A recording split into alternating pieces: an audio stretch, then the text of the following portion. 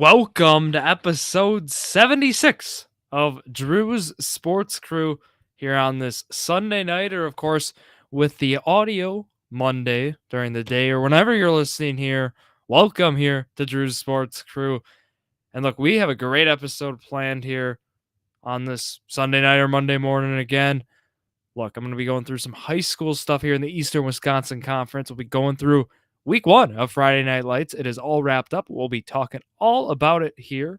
And then also, I'll be doing the Brewer prediction challenge. I'll be going through that. And then we'll also do the weekly Brewer segment that, I haven't done in a few weeks, as I've had a lot of guests on here on this Monday episode. So, look, I got to go through some announcements before we start.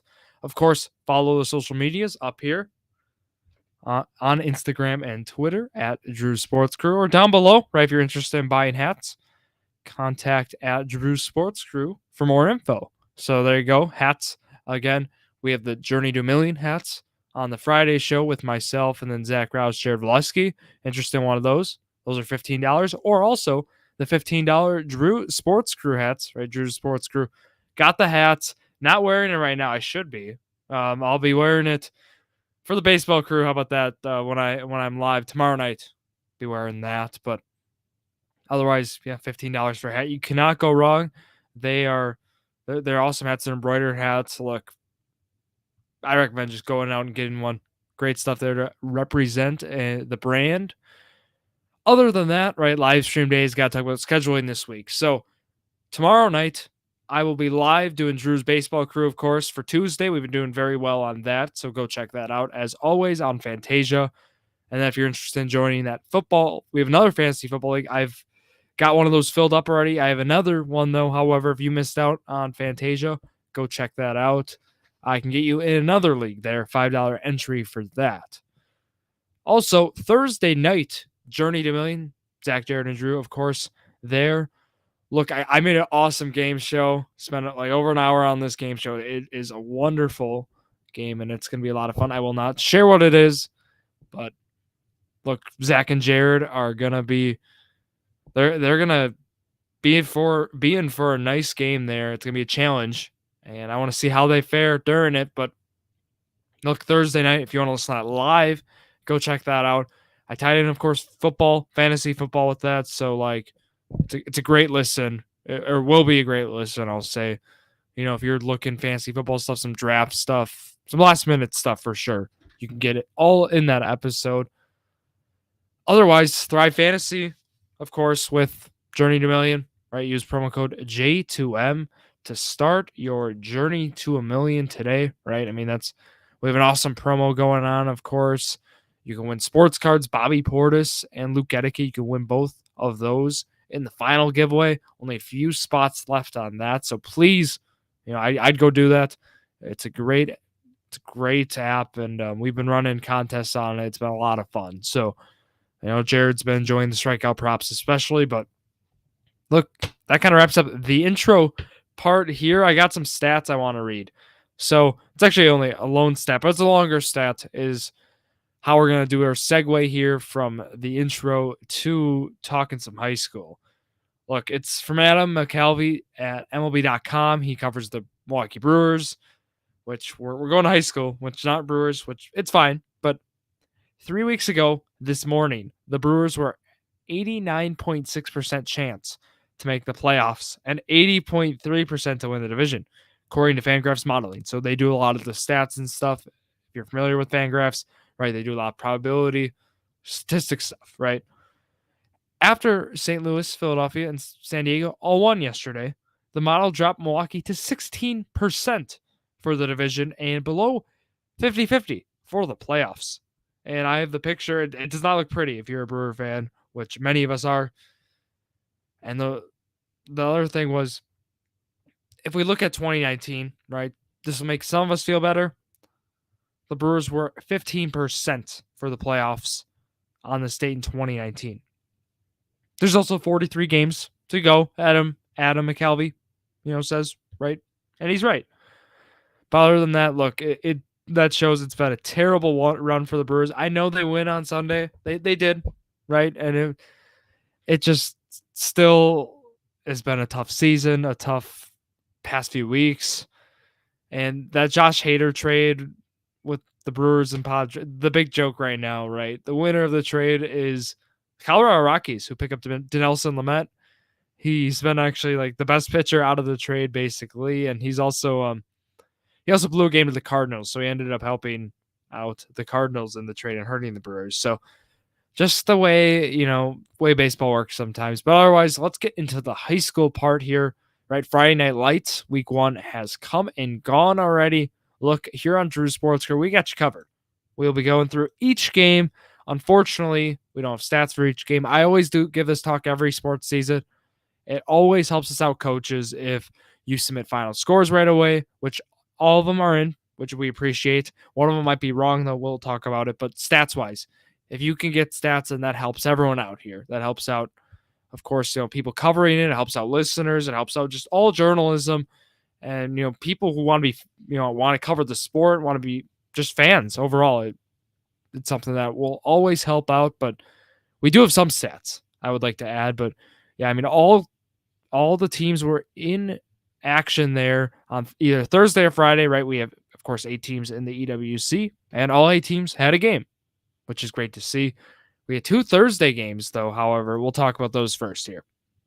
So it was Kiel traveling to Kewanee was game 1, really the first game there with Chilton and Crivets as well. But look, Kewanee ended up getting the job done. 28-21 was the final. We unfortunately have no stats for this game. I was not there. Again, it was at Kewanee High School. All we know is the Kiel Raiders, they put up a fight. They ended up losing there by 7 to Kewanee, but that's kind of all we have there. We don't have, again, any stats or information. That's where I always say, if you have information, send it in at EWC_sports, at Drew Sports Crew, or just at myself, at Drew Skyberg. So do that, send it in. I'll be sure to cover it here on the episode. As always, Chilton and Crivets, they were in a duel there in Crivets. 28-27 is the final there. Crivets gets the job done. Look, Crivets, this was a surprise in terms of we know how good Chilton was going to be, right? We mentioned it last week. Someone sent it in. 21 seniors, I believe, was the number. Insane. I have them number 2 in the conference. Max Miller at quarterback. Look, he is as good as it gets there for the Tigers. 8 for 12. He went 2 touchdowns and no picks. He did a great game. No interceptions there. And look, Zach Halbach, 5 for 57 there. 11.4 yards an attempt with a touchdown. Jared Gelden, 10 for 62, 6.2 a carry. Look, I mean, they have an awesome rushing attack. Then also, it was Dalton Tash, 2 receptions for 80 yards. And Zach Halbach, of course, 3 for 53. There defensively, we got Max Miller with a forced fumble there on the defensive end. And then also Logan C. with 8 tackles. And then that gave him 11 total tackles there for the Tigers. And yeah, Crivets, though, story for them was a balanced rushing attack. They had 293 yards of rushing. They had 4 guys with 60 or more rushing yards. That's always going to be a story. They only passed 6 times, if I'm seeing this right. Talk about a run-heavy game. 18 combined passes only between both squads. And like I said, no interceptions thrown by either team. And how it went down was the difference. It was tied, if I'm seeing this right. 21-21, all end of 3. And basically, Chilton only scored 6 in the 4th. Crivets, they got the extra point, so it must have been a missed extra point there. Can I look for you? Chilton, they went for, what I'm seeing is they went for the win maybe I see the 2-point conversion run unsuccessful. Maybe they went for the win there at the end of the game. I unfortunately am not sure, but if anyone could send that information in, clarification, we do appreciate it as always. Let's go to the next game. Campbellsport, New Holstein were squaring off at New Holstein. Campbellsport, they got the job done. They were up as much as 33 here. They get the job done 33-7 as New Holstein puts up a touchdown in the 4th. And that was done by, it looks like it was a passing touchdown there. It was from Sean Floyd, their quarterback, there to Luke. Luke Graff there for the touchdown is what I am seeing. Yeah, I got it here. One reception there, 14 yards, and that touchdown for Graf. Just checking on here. But yeah, Floyd was 6 for 11 there for the Huskies. And then they also had Matt Steer 0 for 4 there for no Holstein. Otherwise, rushing, there's not much there. They only had 75 yards of rushing. And Benjamin Tim was the story there for Campbell Sport. 21 for 123 yards, 5.9 per carry. 2 touchdowns there for him. He was a story again for Campbell Sport. Also, Mitchell McCarthy, their quarterback, 3 touchdowns, an interception, 4 for 10 there for McCarthy. Or it's McCarty, my bad. But otherwise, yeah, Campbell Sport gets the job done, 33-7 there. We got a few more games here. Like I said, all the teams were in action. KLC and Howard's Grove were squaring off. Look, KLC, they faced a tough team in Howard's Grove. Look, Howard's Grove is no joke. And look, Trent Grunwald and Tyler Rittenhouse, those two as a duo, their quarterback being Grunwald, 17 for 24, 289 yards passing, 4 touchdowns there for Grunwald. And then Tyler Rittenhouse, 22 for 80 there for him, 3.6 yards an attempt for Rittenhouse. Look, that duo is going to be lethal in the Big East Conference for sure. No stats for KLC at all, unfortunately. So I can really only focus on the non-con opponent, unfortunately. Other games, though, let's go to, this is a nice one, Roncalli and Lutheran. Roncalli gets their first win, I believe, since 2019, if I'm not mistaken. I think that's how it works out. I think it ended up being 2019. It's always a stat we can double check. But look, They got it done. They won 26-20. It was a wild game, 12-8 at half. It was the Manitowoc rivalry. They say Lutheran Roncalli, 12-8 at half. Lutheran was up. Roncalli puts up 12 in the third, and then they get the job done. They win 26-20. Braden Reimer was really the story, though. 25 rushing attempts, 227 yards, 9.1 yards an attempt there for Reimer. 2 touchdowns as well. Yeah, Landon Halupny, 2 touchdowns for him, 7 for 18 passing. Braden Bennett on the other side, 9 for 15, 2 touchdowns, 2 picks there for him. And their lead rusher was Camden Bay, 22 attempts for 114 yards for him. Roncalli, like I said, they get the job done. Great win there for the Roncalli Jets. Great win for that program. Look, they went through again.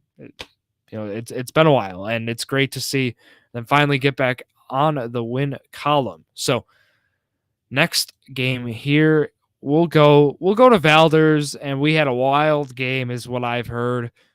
Look, Amro traveled to Valders, faced the Vikings. So the final, I believe, is 2019. And I kind of see what they did here. Right now it's incorrect on WisSports. It says 33-32. So I believe that the fourth quarter score, it says 20-19. So I'm going to guess they actually put the final in the fourth quarter. But if you're looking on WisSports, keep in mind it was 2019. They have the winner right, but the wrong score. Valders did get the job done. Sounds like what I've heard from the game is Amro tried to go for 2 to win the game. Valders got the stop. Valders got the job done. So Valders Vikings, they get a win here, week 1. They did last year as well. So good start to the year again for the Vikings. Right now we have Trey Schneider up here, 5 for 12, 31 yards, 2 touchdowns, 3 interceptions. Only stats we have for the Vikings, no rushing, receiving, or defensive stats. For Amro, the big story was Cole Henke, 26 attempts for 135 yards. They had 246 yards there for Amro. I believe they're the Amro Foxes is the team. But yeah, Valders, they get the job done. Congratulations to the Vikings. Okay, let's go. We got 2 more games.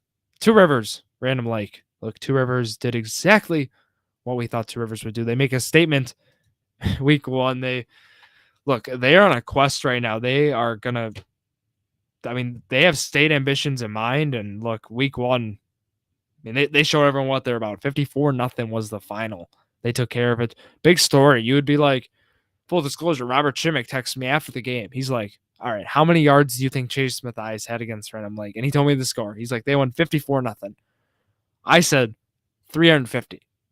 And as Two Rivers fans know, he was 10 for 63. He had 63 yards, 2 touchdowns. The big story, look, my 350 was closer to Justin Clinker's passing yards. Yes, he had 340 yards on only 13 completions. That is insane efficiency. The Raiders were running like no tomorrow there on Random Lake. The Rams, look, insane output there. I don't even know where to go. Like, it was just such a balanced receiving attack there for the Raiders. They had 342 receiving yards there. Xander Pop had 4 receptions, 93 yards to lead the Raiders. But they also had guys like Austin Phillips, 2 for 68.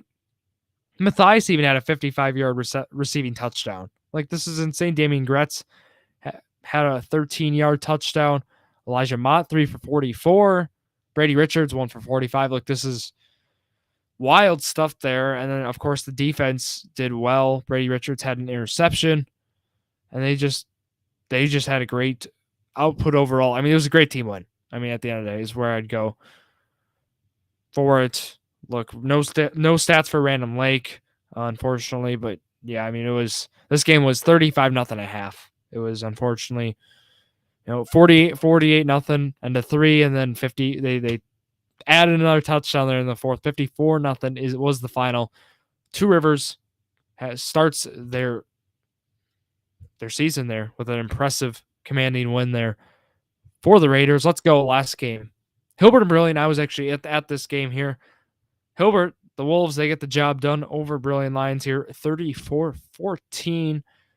No stats really for Hilbert other than we have for rushing. We have Austin Cullen was 2 for 60, 2 touchdowns, and Carson Grenzer 2 for 8 with 2 touchdowns. They just put the touchdowns in, all the scoring plays. But look, for Hilbert, it was, from what I saw, right? This is a Hilbert offense we have not seen in the past few years. We saw more of a spread look for this offense, and it was a very run-heavy offense. They could still pass the ball, though. I mean, granted, it looked like, at least from watching the game, Brilliant, their secondary struggled this game. There's a lot of, misplays. Again, it's week 1. I mean, it's week 1 for everyone here, for the players, coaches, officials, even throw that in. That's just how it is, right? I mean, other than scrimmages, the non-con games are always good for all parties involved to, get ready for conference, basically. And yeah, Joe Shimmick was the starter there, as we predicted. The freshman there for Brilliant. Dane Meyer actually went in on a drive. You didn't know if they were switching, but Shimmick definitely looked more. He looked more ready, I'd say, to be under center. Unfortunately, it was just a tough game. Hilbert had a nice pass rush going throughout. They still look like a solid team. I know many were, skeptical of how Hilbert was going to look now with overall just graduating a lot of guys.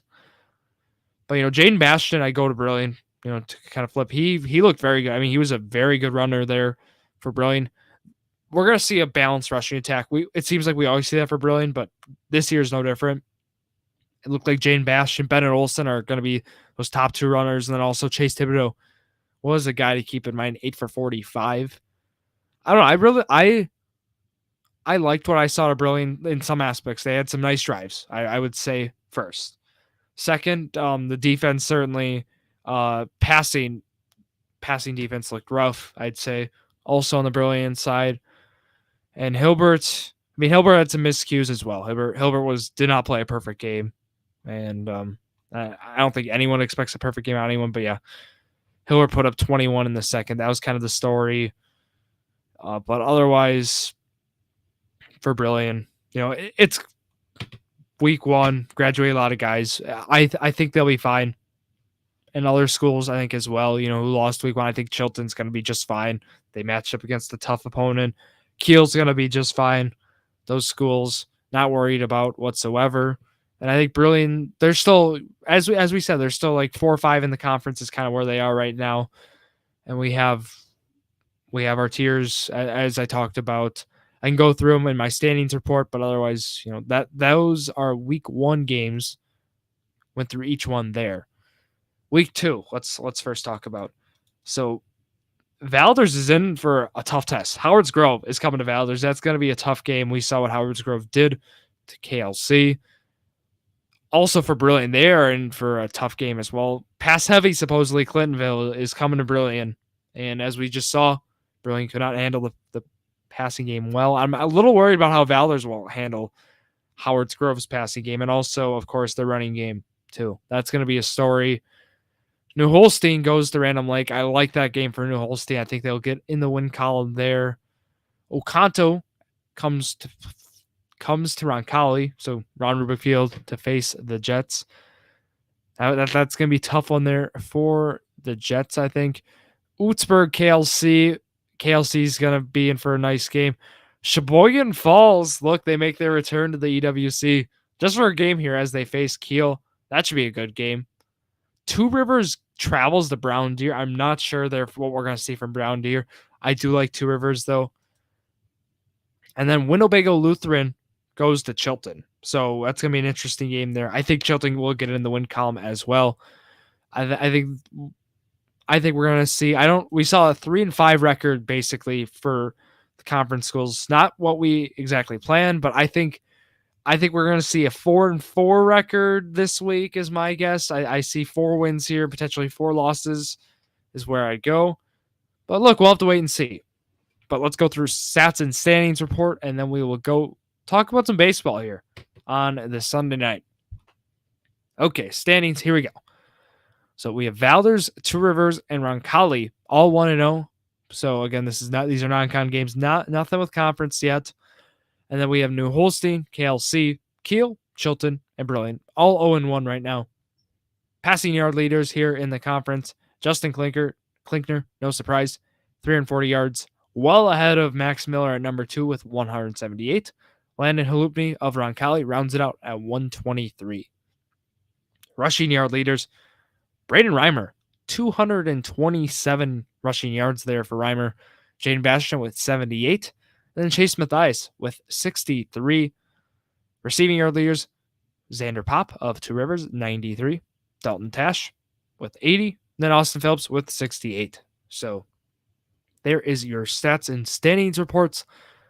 Let's go and let's talk some baseball. That will wrap up the high school side here. Thank you again to everyone who sent in scores.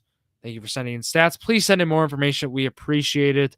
It really helps me out. I cannot express how much it helps me out. Like even those 6-7 people who sent in information even on very short notice, which again was awesome of you guys. Worked out great for the episode. Worked out great just being able to communicate and talk with some other people about what we've heard from other teams at the conference. So thank you again for that. Let's go baseball time. So the Brewer Prediction Challenge, as we know, is something I like to do a lot. And I'm usually pretty close, I like to say. I don't like to toot my own horn. But when I do match up against a guest, I almost always lose. Robert Shimmick has beat me. Jared Valesky of Jordy Million, he beat me. Guest Alex Trowbridge beat me. Bertie Vandenheuvel, I think, even beat me once in a while. And so, look, I seem to never be able to win it. But look, last week I said 4-3. They went 3-4. I mean, it was a tough week for Milwaukee Brewers baseball. Very frustrating week, I'd say. Many people who are watching the games, a lot of people, if you go on social media, angry with results. And look, I don't blame them. I mean, it's been tough to even try to defend some of the moves the squad has made as of late, especially. But, let's go through those past few games. So they have that 4-game series against the Dodgers. They lose game 1, they win game 2, they lose game 3, they win game 4. So I like to go to game 3. I was actually at game 3. Dollar Dog night. It's very good. Had 4 or 5 hot dogs. $1. You can't go wrong. But Tony Gonsolin, was on his game. I mean, Tony Gonsolin had one of his best starts of the year and really took care of the Brewers. He's 15-1. Eric Lauer pitched well, but that unfortunately doesn't get the job done. In which that's just how it was. That game Tuesday was crazy. I guess they beat Kimbrel. Just to kind of backtrack a little bit. Kimbrel got the loss there, and that was in front of a nice crowd as well. But Julio Urias looked incredible on Monday, and then Thursday we'll go. Corbin Burns looked a little shaky, but Andrew McCutcheon saves the day. Hunter Renfroe as well. and Williams gets the save. So they were lucky to get that split with the Dodgers, the hottest team in baseball, but they did. And now for the most frustrating series, the Brewers cannot beat three of the worst teams in baseball. I mean, it's as simple as that. Let's go through it. So the early August, right? I mean, they get swept by the Pirates. They lose 2 out of 3 from Cincinnati, and they lose 2 out of 3 from Chicago now. So these were the games they've done. They've gone 500 around the playoff teams, which is what you want. But they are under 500 against losing teams. I mean, this is a recipe to basically be a bubble team. I mean, this isn't even playoffs. This is like, oh, we're a few games out of the playoffs. That's at least how they're playing right now, and many know that, of course. But look, I mean, the schedule does not get easier, other than the 6 games you have against Chicago and Pittsburgh back to back. But from there, those are your last 6 games against those teams. I mean, you don't face. You've thankfully faced Cincinnati 7 more times, but who knows if that's a plus or not. I mean, they've been pathetic against Cincinnati. Quite frankly, that's how it's been. And let's go. Yeah, in the Chicago series, do we really want to talk about it? Christian Yelich? I'm sure everyone saw it. Unfortunately, drops the baseball after in the exchange, and then also half inning prior, strikes out in that bat where he's actually trying to bunt. He ended up getting 2 strikes because he couldn't lay the bunt down. But that happens. That's sport. We still love our Brewers. It just has been frustrating these past few weeks, and I know for the fans, players, management, everyone is in the same boat. But Sunday, August 21st, for Craig Counsell's birthday, Keston here does his thing. It's 2 home runs, which again is ironic as it seems Keston's the one who gets held out of the lineup. I mean, he's starting twice a week, maybe tops. Was down in the minors for a little bit, but look, the Milwaukee Brewers get the job done 5-2. They win on Sunday, is how it was, and they were actually down 2-0 in that game. I like to add, but they get done. Rogers gets his 29th save there. Again, of course, not all with the Milwaukee Brewers, but 29th nonetheless. Okay, let's go through the slate for next week. 6 games on it. 3 of them in LA against the Dodgers. What a nice treat. So they go to LA. So this is how it works. They win the game right today. They have to travel right to LA. They have a game tomorrow night already in Los Angeles. Not fun there. They have a 3-game series there. It's Lauer, Urias, yikes, Burns, Gonsolin. Yeah, both those pitchers they cannot hit off of, and then Heaney, and then Ashby, who is going to be there for Milwaukee on Wednesday. Unfortunately, he's been giving up a lot of runs, but the stuff still looks incredible. I mean, the strikeout stuff's there. Just overall, the pitch movement, the velocity, everything's there. He's just getting hit right now. Peralta and Steele then, when they go back home against the Cubs, that's going to be a nice matchup there. Steele looked very good against the Milwaukee Brewers on Sunday. Woodruff and Smiley going at it on Saturday. And then Eric Lauer and then Adrian Sampson on Sunday. And I'll be actually at that game. I'll be at the game the 28th there. So 6 games there. I went 4-2. Again, you might be asking, Drew, you always go over 500, and when they have matchups like this, I'm forced to. But again, they haven't done well against these 2 squads, but come on.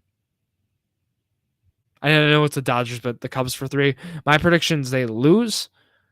I think they're going to bounce back. They're going to sweep the Cubs. I mean, this cannot keep going on. They play get better against the Cubs at home. They hit a lot of home runs at home. I say they only win 1 in LA, but they win all 3 at home against the Cubs is where I would go. There is my Brewer prediction. There's not really a lot of promos. As we know, they only have 3 home games, so it's... What is it? I mean, they really don't have any promos going on this weekend, it looks like. Unfortunately, but they did run a lot of good ones last homestand for sure. So just keep on the lookout for that. But otherwise, I mean, the Brewer Report, that kind of wraps it up there. Don't really need to go into stats. That stuff I share on social media once in a while. You can go check that out. But, I mean, we know who's hot. We know who's not. Right? McCutchen, Hira, Renfroe, the guys who have been hot. Adames a little bit. But Yelich has been there on the base. Tyrone Taylor's looked terrible as of late. Jonathan Davis has not looked good either. So, I mean, that's kind of the report. Keston looks great. Otherwise, Rowdy, of course. We love Rowdy. Rowdy's favorite Brewer for sure. He's looked amazing. Has had a great year overall.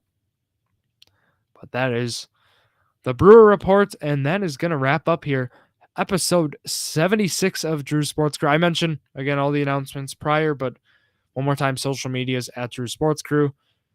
There on the Instagram and Twitter. Facebook, Drew's Sports Crew, and YouTube, where you're listening or watching right now, Drew's Sports Crew as well. So thank you guys all for listening here to another episode of Drew's Sports Crew, the perfect podcast for you.